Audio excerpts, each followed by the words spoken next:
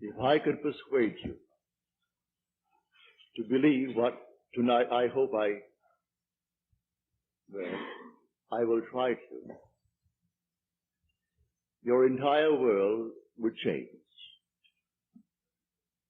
You hear the word God, the word Jehovah, the word Lord, the word Jesus, the word Christ, and you think of something other than yourself.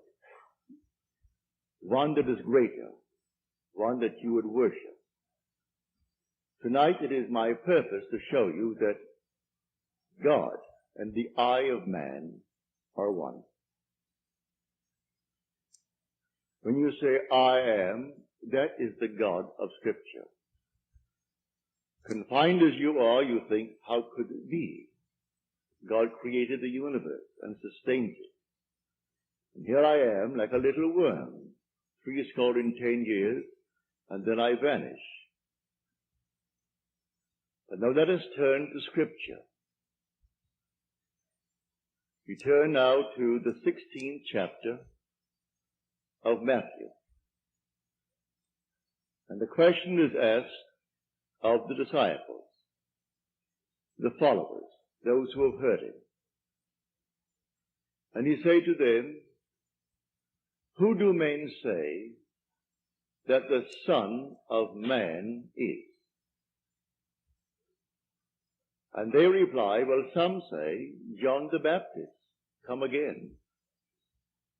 Others, Elijah. Others, Jeremiah, or one of the prophets. And then he said to them, but who do you say that I am? And the spokesman called Peter answered and said, thou art the Christ, the Son of the living God. And he said to him, blessed art thou, Simon Bar-Jonah, for flesh and blood could not have told you this, but my Father who is in heaven. So here he equates the Son of Man with the eye of man, not the organ that sees or through which you see, but your sense of awareness, that I amness, when you are aware of being, your consciousness, your human imagination. So he equates the two, the Son of Man spoken of in the Old Testament and brought forward into the New is nothing more than the I of man. And he calls it the Christ, and defines Christ as the Son of God. Now we find Christ being defined in the New Testament as the power of God and the wisdom of God. So the I of man is the power of God and the wisdom of God. If man does not know it, well, then he will not exercise that power. He will not exercise that wisdom. So tonight I am trying to persuade you that when you say I, before you say anything, that is the power and the wisdom of God. You can't separate the power of God and the wisdom of God from God. So you will say in the end, I and my Father are one, for he is called the Son of God. Now we are called upon to test this, if it be true. Can we test it? I hope you'll put it to the test. When I tell you that your own wonderful I amness is God, though prior to that you believe that you are little something, moving across the earth for a few years, 70 years, and then you will vanish, in the hope of some restoration, but a hope, no assurance.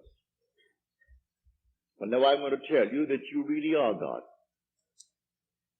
Your own wonderful consciousness, your human imagination, that is the God of Scripture. And there is no other God. Imprisoned as you are in these bodies of flesh, you did it for a purpose. Now let us see what it tells us about this Son of Man that is now equated with the eye of man. No one has ever ascended into heaven but he who descended from heaven, the Son of Man. You'll read that in the 3rd chapter, the 13th verse of John. So here we find you are a pre-existent being. No one can ascend into heaven but he who descended from heaven, the Son of Man. Your ascension in the next verse, the 14th verse, is shown you how you ascend. As Moses lifted up the serpent in the wilderness, so must the Son of Man be lifted up. That's all imagery, and yet it is true. You descended into generation in a world of death where everything begins, it waxes, it wanes, and then it disappears. But there's something in you, clothed in this garment, that does die.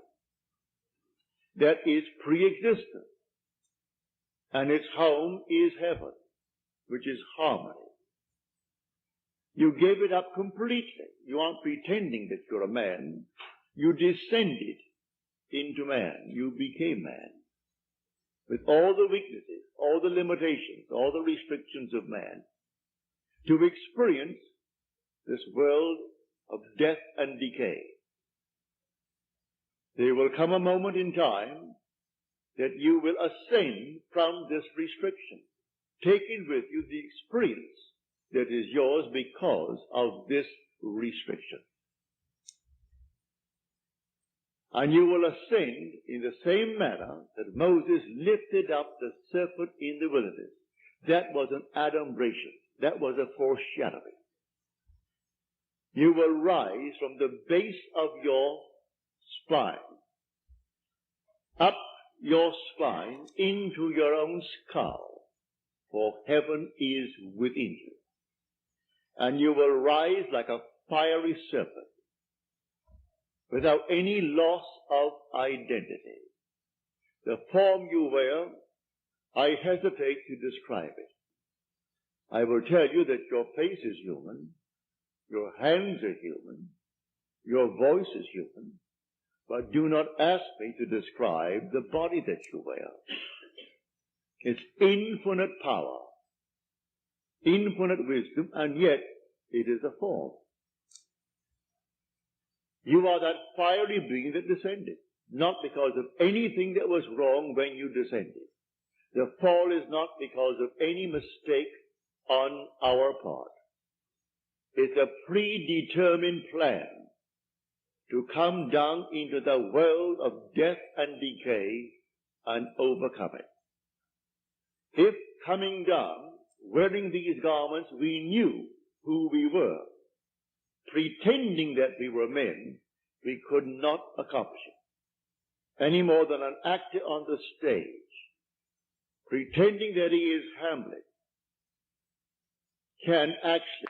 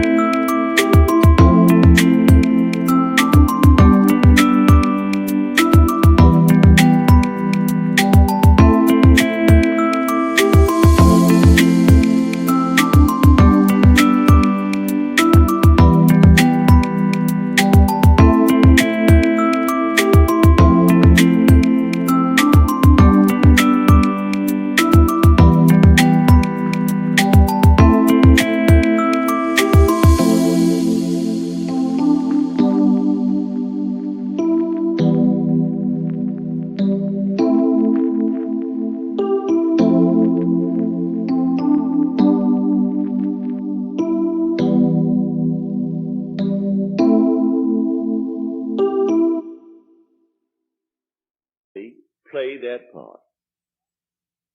He has to actually assume it, but even then it is still with a little something in his mind. He knows he is the great actor who tonight will go home to his lovely home, and he'll take off the garment and hang it up once more, and tomorrow he'll replay the play.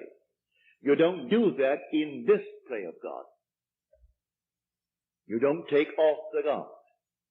You wear it for your 10, and if by strength, your 40, or maybe even longer, or shorter. But the eye of man is the God of Scripture. Put it to the test. Let me now, first of all, before we go into the testing of it, make clear what I said on the last lecture night, Friday night, prompted by a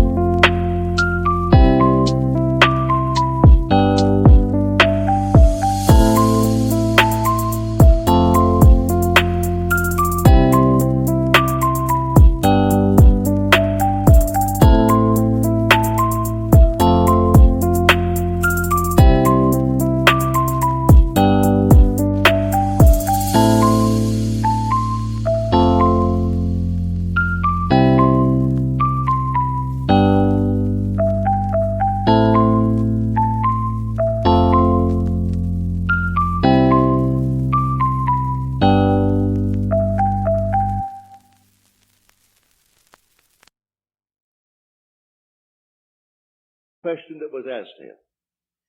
For I had said in the previous lecture that there are ranks in heaven as they are on earth.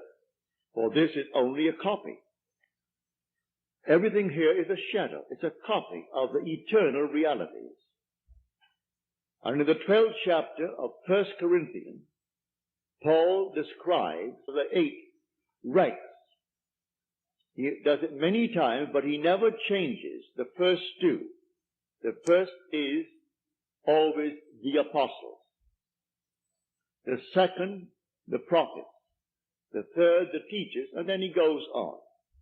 Miracle workers, healers, helpers, administrators, and the speakers in tongues. But he never changes the first and second, the apostle and the prophet. You might think, because I told you I am sent, and the word sent means an apostle, that I am appropriating unto myself a certain first rank. But now, to put your heart at peace, I'm going to quote the 11th chapter, Romans. As of old, for there are always a remnant of old, and the remnant simply means the elect of God. You're not elected because you're born by accident into some ethnic group. Has nothing to do with that. A descendant of Abraham after the flesh is not necessarily the elect of God. You are chosen from any race, any nation, any religion. Well, how the choice is made, no one knows. It remains the Father's secret. But Paul qualifies it in this manner. There is a remnant to this day, called by grace. And if by grace, then it is not on the basis of works. Otherwise, grace would no longer be grace. Therefore, no one who is called and sent can brag. If he brags, he is not the sent. Because it's all by grace. He didn't earn it. It's not by merit. It is simply a secret known only to the Father. So when we are called, incorporated into the body of infinite love, who is God, and then sent, let no one who is sent raise a finger to brag, to boast, for it is all by grace. Read it in the 11th chapter, the 5th and 6th verses of Paul's letter to the Romans. So now I have stated that. So do not think for one moment when I tell you I have been called and sent that in any way I am trying to act superior. For there is no intrinsic superiority to those who are called. Now he uses an analogy which I do not think adequate, but you can read it in the book itself. He uses the analogy of the human form, that not all are head, eyes, nose, teeth, and so on. But that is a weak analogy. Nevertheless, he uses that to show you the different parts in one body. But now to come back to make this a very practical night. Believe me that when you say I, before you say I am John, I am Bill, I am this, I am that, I am the other, you are declaring yourself to be. And that sense of being is God. That's God. Now what are you going to put on it? All things are possible to God. All things. You could say now, as you're seated here, after first affirming that I am, you could then assume that I am, and you name exactly what you want to be. If you believe what I tell you about your own I amness, and remain faithful to what you have assumed, that assumption will harden into fact.